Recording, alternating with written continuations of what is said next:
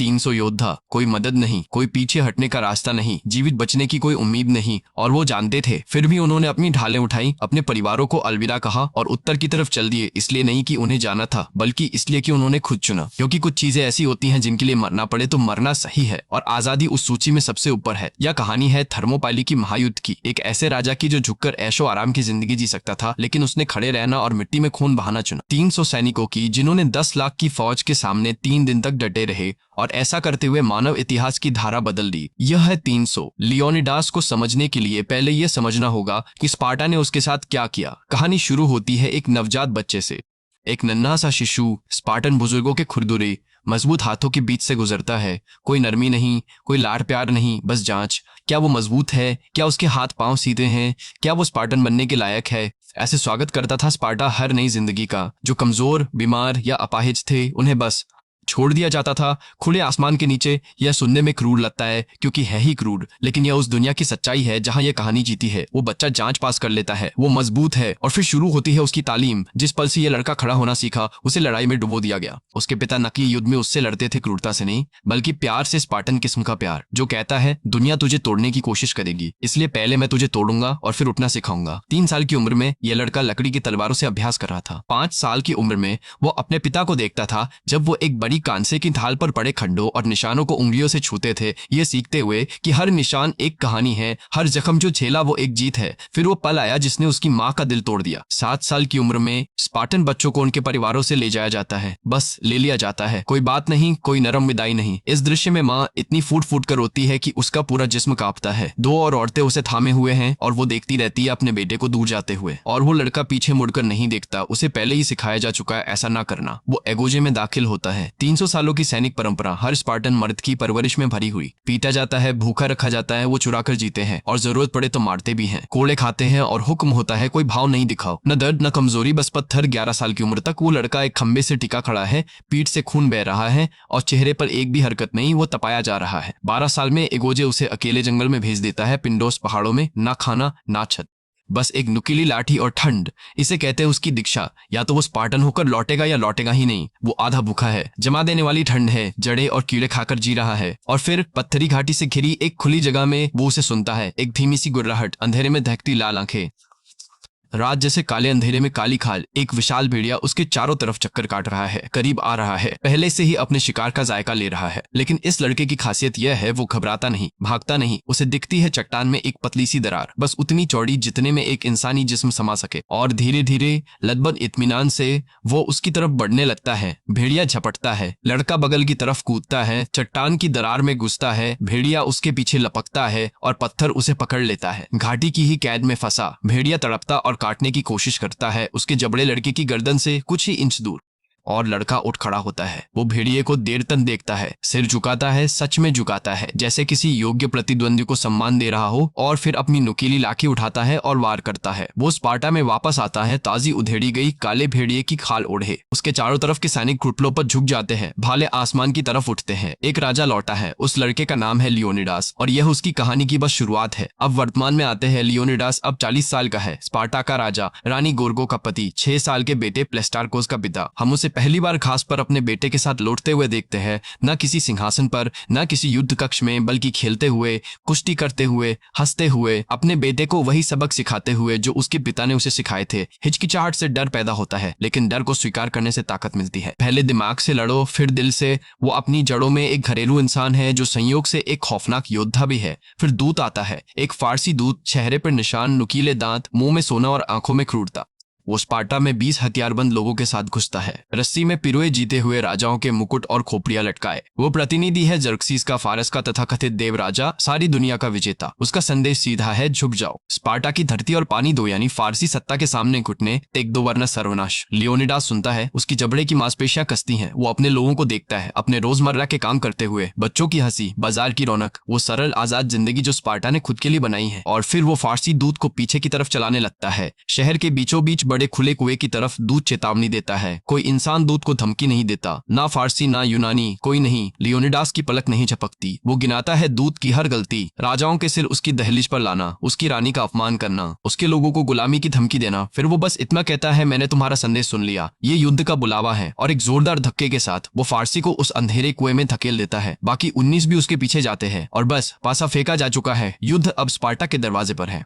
यहाँ से कहानी पेचीदा होती है क्योंकि लियोनिडास बस अपनी सेना लेकर उत्तर नहीं चल सकता। वो राजा है लेकिन स्पार्टन कानून का भी बंधुआ है। कार्निया है एक पवित्र उत्सव जिसके दौरान स्पार्टा को युद्ध करने की मनाही है और एफर्स है प्राचीन पुजारी जो देवताओं की वाणी के रखवाले हैं। किसी भी सैनिक अभियान से पहले एफर्स से सलाह लेनी होती है, उनका शब्द ही कानून है। तो लियोनिडास अकेले रात के अंधेरे में लगभग खड़ी दीवार जैसी चट्टान चढ़ता है, सोने का एक थैला लिए इन लोगों से मिलने। एफर्स फिल्म में बेहद अजीब और असहज करने वाले लगते हैं, बीमार, अपने ही जैसों में ब्याहे पड़नाए, साये में लिपटे, इंसानों से ज्यादा कोई और चीज। लेकिन एक राजा को भी इनसे काम पड़ता है। वो रेत में अपनी योजना बनाता है, युद्ध कला की एक कुशाग्र रणनीति की रूपरेखा। हॉट गेट्स एक संकरी पहाड़ी दर्रा यूनानी तट पर जहां चट्टाने और समुद्र मिलकर एक फनल बनाते हैं। जर्क्सिस की फौज चाहे जितनी बड़ी हो वो उतनी ही चौड़ाई में हमला कर सकती है जितनी दर्रे की चौड़ाई है। लाखों सैकड़ों बनते हैं, सैकड़े दर्जनों स्पार्टन फलंक्स जो बनावट में अजय है, लाइन को अनंत काल तक थामे रख सकता है। एफर्स मुश्किल से सुनते हैं। वो अपनी भविष्यवक्ता से पूछते हैं, एक खूबसूरत युवा लड़की जो गंधक के धुएं में छटपटाती और एंटती है और फिर धीरे से भविष्यवाणी फुसफुसाती है।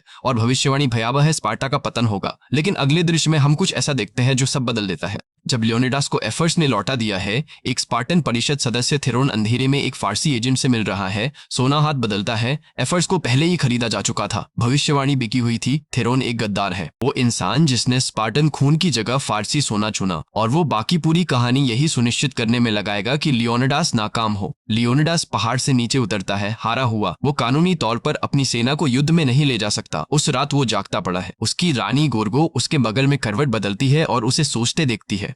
वो उसे दुनिया में सबसे ज्यादा जानती है। वो उसके सीने पर बैठा बोझ महसूस करती है और वो उससे पूछती है, ये मत सोचो कि एक स्पार्टन नागरिक क्या करेगा, ये मत सोचो कि एक पति क्या करेगा या एक राजा क्या करेगा, खुद से पूछो एक आजाद इंसान क्या करेगा। वो सवाल भाले की तरह लगता है। अगली सुबह लियोनिडास के पास अपना जवाब है। वो 300 लोगों को बुलाता है। पूरी स्पार्टन सेना नहीं, उसके लिए परिषद की मंजूरी चाहिए, लेकिन 300 आदमी, उसके निजी अंगरक्षक। हर एक सोच समझ कर चुना गया। हर किसी का एक बेटा होना चाहिए जो उसका नाम आगे ले जाए। ये वो लोग हैं जिन्होंने स्पार्टा को पहले ही कुछ दे दिया है, जिन्होंने अच्छी मौत मरने का हक कमाया है। थेरोन और परिषद आते हैं, कानून की दुहाई देते हुए, लियोनिडास को रुकने का हुक्म देते हुए। लियोनिडास मुस्कुराता है। उसने कोई सैनिक आदेश नहीं दिया। वो कहता है ये बस उसके निजी अंगरक्षक हैं। उत्तर की तरफ एक सैर पर उसके साथ जा रहे हैं। वो ढाल उठाता है, गोर्गो और बेटे की तरफ मुड़ता है। कोई नाटकीय विदाई नहीं, कोई रोना नहीं, बस पूरी फिल्म का सबसे दिल तोड़ने वाला पल। गोर्गो अपनी गर्दन से वो हार उतारती है, भेड़िए का दांत, लियोनिडास की बचपन की जीत का निशान जिसे वो इतने वर्षों से उसके लिए संभाले हुई है, उसके गले में पहना देती है। अपनी ढाल लेकर वापस आना, वो कहती है, या उस पर लेटे हुए, मतलब जिंदा और जीत के साथ आओ या मरे हुए आओ। एक स्पार्टन के लिए बस यही दो विकल्प स्वीकार्य है। 300 उत्तर की तरफ मार्च करते हैं। मार्च लंबा है और रास्ता चौड़ा। रास्ते में उन्हें कुछ और सहयोगी मिलते हैं, दूसरे यूनानी शहर राज्यों के लोग जिन्होंने युद्ध की पुकार सुनी और जवाब दिया। आर्केडियन ज्यादातर, किसान, कुम्हार, लोहार, बेकर, जिन्होंने भाले उठाए क्योंकि उनकी आजादी खतरे में थी। डैक्सोस आर्केडियन सेनापति पीठ पर गोलाकार ढाल बांधे एक चौड़ा भयंकर इंसान उन्हें असली उलझन के साथ मिलता है। वो स्पार्टन संख्या देखता है और तुरंत हिसाब लगाने लगता है। कुछ 100 लोग जर्सीस के लाखों के सामने। वो हर आर्केडियन सैनिक से उसका पेशा पूछता है, कुम्हार, मूर्तिकार, लोहार, बेकर। फिर लियोनिडास अपने स्पार्टनों से वही सवाल पूछता है। 300 भाले एक साथ आसमान की तरफ उठते हैं। युद्ध घोष पहाड़ को हिला देता है। लियोनिडास डैक्सोस की तरफ मुड़ता है। देखो पुराने दोस्त, मैं तुमसे ज्यादा सिपाही लाया। स्पार्टन एक उजड़े हुए गांव से गुजरते हैं। एक झलक इस बात की कि जर्क्सिस की फौज अपने रास्ते में आने वाली हर चीज के साथ क्या करती है। इमारतें अभी भी सुलग रही हैं, हवा में कटे मारे पशुओं की बदबू, और एक पहाड़ी की चोटी पर एक अकेला पुराना पेड़ जिसे भय का स्मारक बनाया गया है। गांव वाले सजावट की तरह लटकाए गए, मर्द, औरतें, बच्चे फारसी तीरों से बींधे हुए। राख से एक अकेली बच्ची लड़खड़ाती हुई निकलती है, मिट्टी और सूखे खून से ढकी। बमुश्किल होश में लियोनिडास उसे थाम लेता है, गोद में लेता है।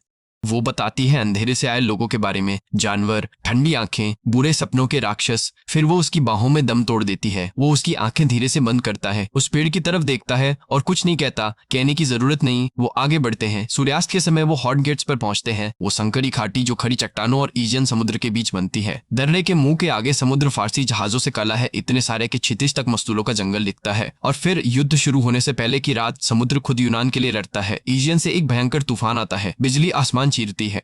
गर्जना चट्टानों को हिलाती है और एक के बाद एक फारसी युद्धपोत पत्थरों से टकराकर टूटते हैं। सैकड़ों शायद हजारों लोग नीचे उफनते पानी में डूबते हैं। स्पार्टन चट्टानों पर खड़े होकर देखते हैं, ज्यादातर हंसते हैं, जश्न मनाते हैं, कुछ गले मिलते हैं। डेक्सोस जीत की मुट्ठी उठाता है। लियोनिडास चुप्पी में देखता है। वो बारिश को अपने चेहरे पर बहने देता है, नमकीन हवा में सांस लेता है, नीले से ठुड्डी आसमान की तरफ उठाता है, आंखें बंद करता है, जो हुआ उसे अपने अंदर समेटता है। फिर एक शब्द बोले बिना अपने आदमियों की तरफ लौट जाता है, क्योंकि वो जानता है कि तूफान ने बस समय खरीदा है। फौज फिर भी आ रही है और वो अब भी इतनी विशाल है कि कल्पना भी न हो। पहले फारसी हमले से पहले एक ऐसा इंसान हॉट गेट्स पर आता है जिसे ये कहानी कभी भूलने नहीं देती। उसका नाम है एफियाल्टीस। वो झुका हुआ और टेढ़ा है। जन की एक विकृति ने उसकी रीढ़ मोड़ दी है और उसके जिस्म को एक ऐसे आकार में ढाल दिया है जो हर जगह नजरें खींचता है। जब वो पैदा हुआ तो उसके माँ बाप स्पार्टा से भाग गए थे ताकि उसे स्पार्टन परंपरा के मुताबिक त्याग दिए जाने से बचाएं। उसके पिता, जो अब मर चुके हैं, ने अपनी पूरी जिंदगी अपने बेटे को स्पार्टन योद्धा के तरीके सिखाने में लगा दी, इस बेताब उम्मीद के साथ कि एक दिन उसका बेटा खुद को लायक साबित करेगा। एफियाल्टीस उम्मीद से कांपते हुए लियोनिडास के सामने खड़ा होता है। वो लड़ना चाहता है, वो फलांक्स में खड़ा होना चाहता है, भाला उठाए, दुनिया के महानतम योद्धाओं के कंधे से कंधा मिलाकर। और लियोनिडास उसे ध्यान से सुनता है, उसकी ट्रेनिंग देखता है, भाले की रफ्तार, उन बाहों में ताकत। फिर लियोनिडास एफियाल्टीस से ढाल ऊपर उठाने को कहता है। ढाल उठती है लेकिन बस सीने तक,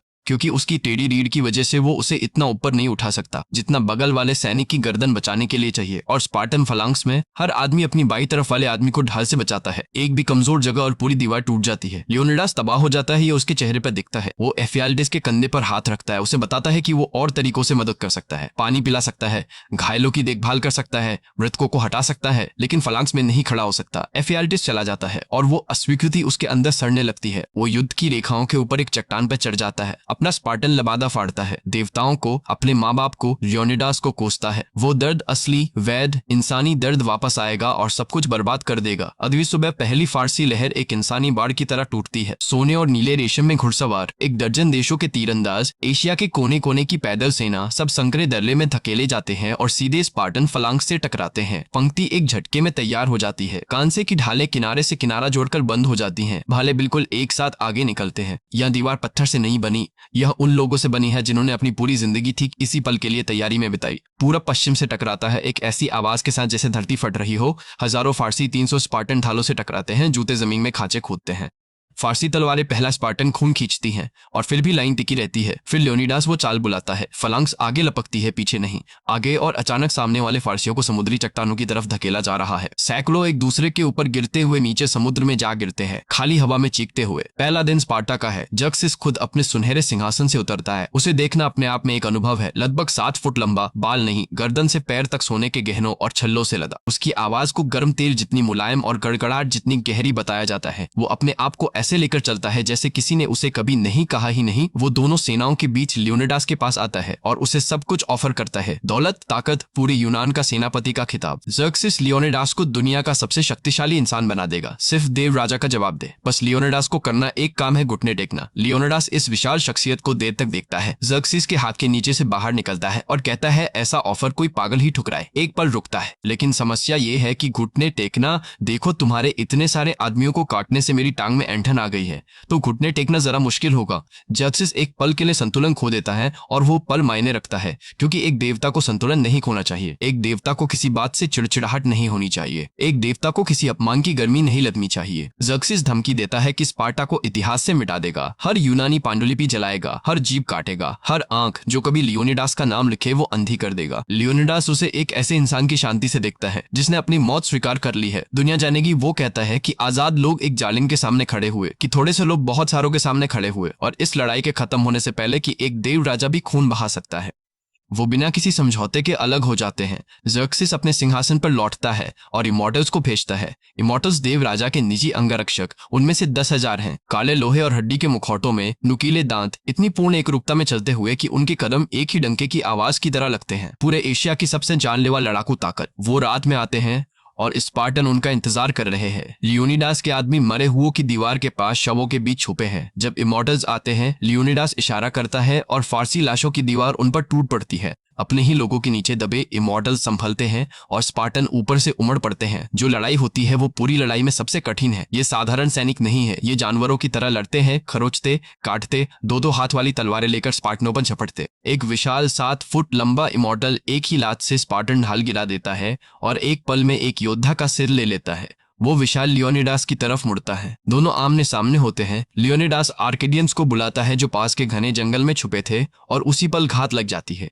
डैक्सोस और उसके मुक्त यूनानी पेड़ों से बाहर निकलते हैं और इमॉर्टल्स के पहलू में घुस जाते हैं। किसान, कुम्हार और लोहार हथियार थामे युद्ध की हुकार भरते फारस के अजय अभिजात को चट्टानों से समुद्र में धकेलते हुए इमॉर्टल्स टूटते हैं। उस रात अपने ऊंचे ठिकाने से जर्क्सिस अपने महानतम सैनिकों को अंधेरे में पीछे हटते देखता है और पहली बार एक देवता की रीढ़ में कुछ रेंगता है जो देवता को नहीं रेंगना चाहिए। डर एफियाल्टिस चट्टानों पर बैठा वो युद्ध देखता रहा जिसमें वो हिस्सा नहीं ले सका। स्पार्टनों को जीतते देखता रहा, अपने हमवतनों को गौरव से लिपटते देखता रहा, जबकि वो खुद अंधेरे में देखता रहा। और फिर उसे नीचे घाटी से जर्क्सिस के शिविर की आवाजें आती हैं। वो जर्क्सिस के पास जाता है और जर्क्सिस अपनी रेशमी दीवारों और अपनी आसान जहरीली दयालुता के साथ एफियाल्टिस को वो सब ऑफर करता है जो लियोनिडास नहीं दे सका। सिर्फ सोना, औरतें और जमीन नहीं, बल्कि एक वर्दी, एक स्पार्टन वर्दी, वो चीज जो एफियाल्टिस पूरी जिंदगी चाहता रहा। एफियाल्टिस को बस एक काम करना है बदले में, फारसी इमॉर्टल्स को उस गुप्त पगडंडी से ले जाना जो यूनानी मोर्चे के पीछे जाती है। वो पगडंडी जिसकी रखवाली के लिए लियोनिडास ने फोसियन दस्ता भेजा था। एफियाल्टिस बता देता है फोसियन बिना असली लड़ाई के तितर बितर हो जाते हैं। सुबह होते होते फारसी स्पार्टनों के पीछे होंगे और हॉट गेट्स पूरी तरह घिर जाएगा, जाल बंद हो जाएगा, कोई रास्ता नहीं। जब लियोनिडास को ये खबर मिलती है एक घबराए हुए डैक्सोस से जो पीछे हटने की, आत्मसमर्पण की, किसी भी चीज की गुजारिश करता है, स्पार्टन राजा की पलक नहीं झपकती। वो अपने लोगों को जमा करता है, उन्हें बताता है कल वो एक ऐसी आग जलाएंगे जो सदियों तक हर आजाद इंसान के दिल में जलती रहेगी। फिर वो सबसे कठिन फैसला करता है, वो डेलियोस को जाने देता है। डेलियोस उसके सबसे बेहतरीन योद्धाओं में से एक है, लेकिन उसके पास एक ऐसा गुण है जो किसी दूसरे स्पार्टन के पास नहीं, शब्दों का गुण, कहानी का गुण। लियोनिडास उसकी आंखों में देखता है और उसे अपने आखिरी आदेश देता है, घर जाओ, परिषद को बताओ यहाँ क्या हुआ, हर यूनानी को बताओ, सुनिश्चित करो कि कोई कभी न भूले। डेलियोस जाना नहीं चाहता, वो कहता है वो युद्ध के लिए तैयार है, उसके पास एक आंख अभी भी है। लियोनिडास मुस्कुराता है, फिर वो गोर्गो की दी हुई भेड़िए के दांत की माला डेलियोस को दे देता है। कोई संदेश नहीं,